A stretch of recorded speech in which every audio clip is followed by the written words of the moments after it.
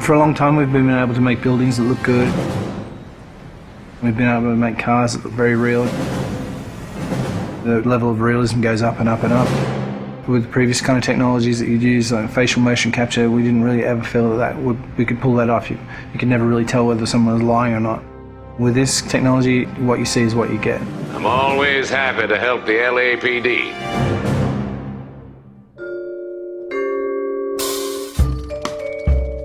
We started research on it about 5 years ago. Back then, only research groups were already doing it, this kind of 3D mesh generation from optical cameras. We thought that there might be some application for what we were doing, and this story is a detective story, so the believability of the actors' performances is key to gameplay. That's one of the key strengths of our system. We can actually see all the subtle features that animation traditional ones just can't do. Cole Phelps, traffic. What have we got? It's really acting a scene in two parts. The motion capture and then the motion scanning. The motion capture captures all the body movements and where people look, so it gives you all of the eye lines. Regulator valve. Good find.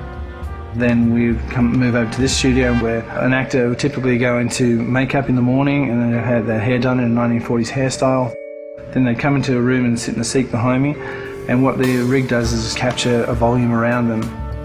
You've got cameras not only around, but also looking upward and downward as well. So any kind of movement is going to cut out some of the information.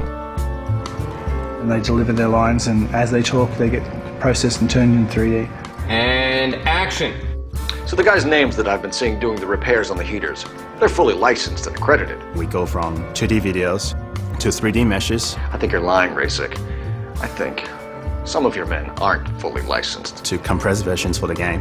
I think some of your men aren't fully licensed. You're desperate to cover your sales. The level of detail is just so high that they're just like a real person in life. You're gonna lose your wife and probably end up in the big house. I hope she was worth it. Being in the depth analysis room is a process that most people have never experienced. It's such a new technology. It's a constant close-up is what it is, but it's a close-up from 360 degrees.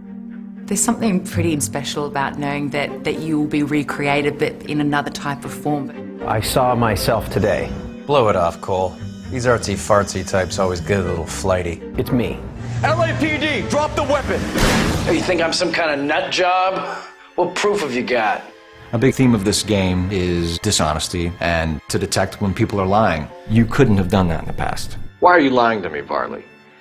The better you are at reading people, the more things it'll reveal, and the story goes different ways if you do that. The only way you're going to get rid of me is to give me an answer. You're out of your depth here, detective, and you're asking the wrong questions of the wrong people. Having this realism really helps. You're literally talking to that person and then seeing how they behave by asking questions. Why did you kill Mrs. Terrellson? I have no recollection of the people I have killed. So what if I took a look around that car? You can't be accusing me of nothing. You've got the wrong guy.